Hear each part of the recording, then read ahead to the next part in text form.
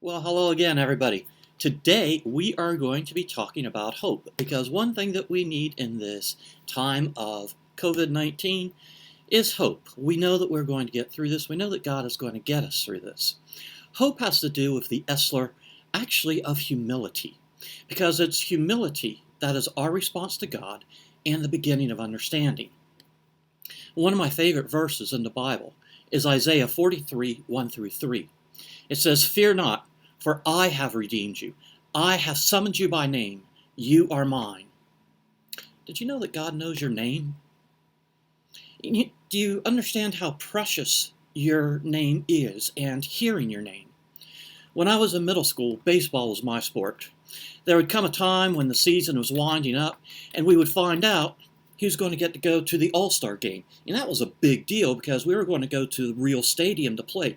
That would be like y'all going to the Stan Sheriff Center to have a playoff. Well, the coach would come up there. He would have his roster in front of him. All of us would be gathered around him. Nobody would be saying a word because every single one of us just wanted to hear our name, to be selected, to know that we're one of the ones. You know, last year when we had a private school closed down on the island, we had this family that came to visit and to check out HBA. And as they were getting ready to leave, I just asked them simply, "How can I pray for you?" And this student that was applying here just looked at me and says, I just want to be accepted. I just want to be accepted. You know, it was 2 years ago when we had a all-school faculty meeting over here at the MPR. And we brought up all the faculty and staff from the elementary school to come up to the middle school. And it was right at the end of our day at about 2:45. And a lot of the kids saw their favorite teacher or Miss Murphy from elementary school come up, and they just ran up to them and they're like, "Do you remember me? Do you remember me?"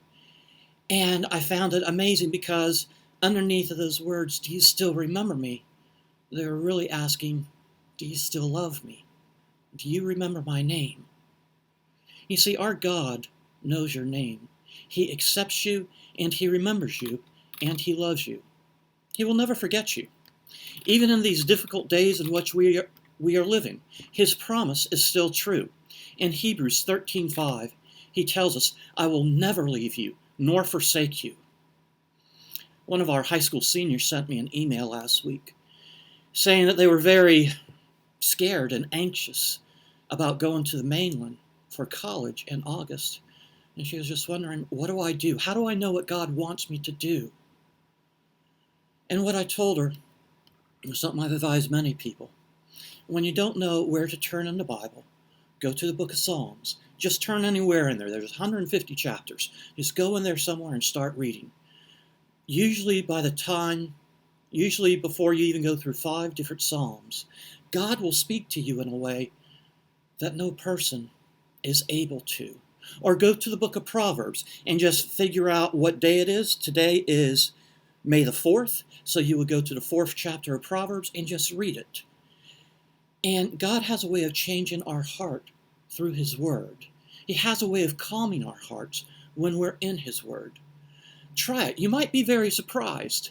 That book has been around for over 3,000 years for a reason.